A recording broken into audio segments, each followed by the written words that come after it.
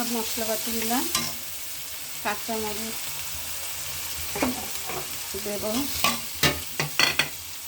আর গুঁড়ো মরিচ অল্প দেবো। আমার মা অসুস্থ এই জন্য। তারপরেও যতটুকু আমি মরিচ দিয়েছি, আমার মা খেতে কষ্ট হবে, কম দিয়েছি। এখন মাছটাকে কষাবো। শোল মাছ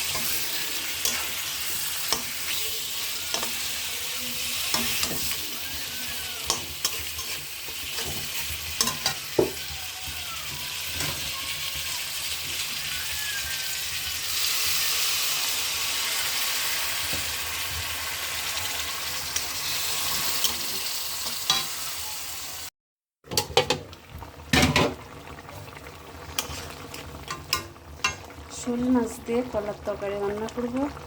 মাছটাকে ভালো করে কষিয়ে নিয়েছি, আর মাছটাকে তুলব। এখানে ঝাল কম দিয়েছি, আমার মা অসুস্থ এই কারণে। এই যে কলা দিয়ে দিলাম,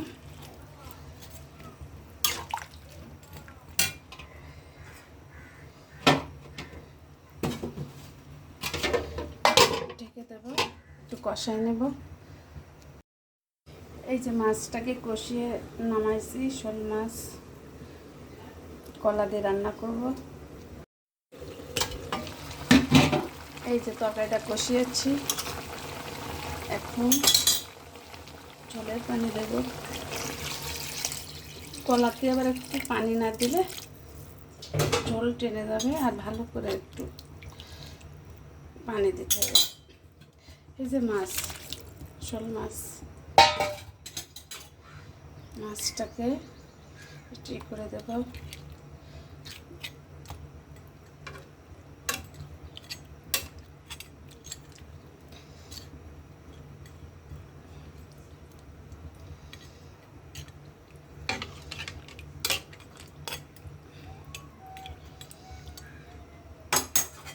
এখন ঢেকে দেব, তারপর হয়ে যাবে।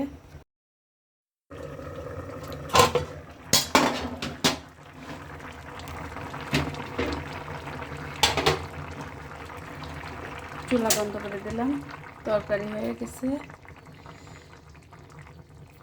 শোল মাছ দিয়ে কাঁচকলার তরকারি।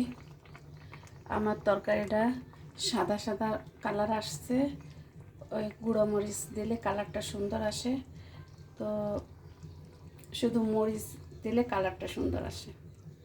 তো এক কথা বারবার প্রত্যেকটা ভিডিও আমি বলি, কারণ আমার মা অসুস্থ, এই জন্য আমার মাও তরকারি খাবে, আমরাও খাবো, আর আমার তরকারি কালারটা সাদা সাদা আসবে। এই জন্য প্রত্যেকটা ভিডিও আমি বলি আমার মা জন্য ঝাল কম দিই, আর মার জন্য ঝালটা কম দিতে হবে, কারণ মাকেও তো খাবার খাওয়াতে হবে। এই জন্য সবাই ভালো থাকবেন। আল্লাহ হাফেজ।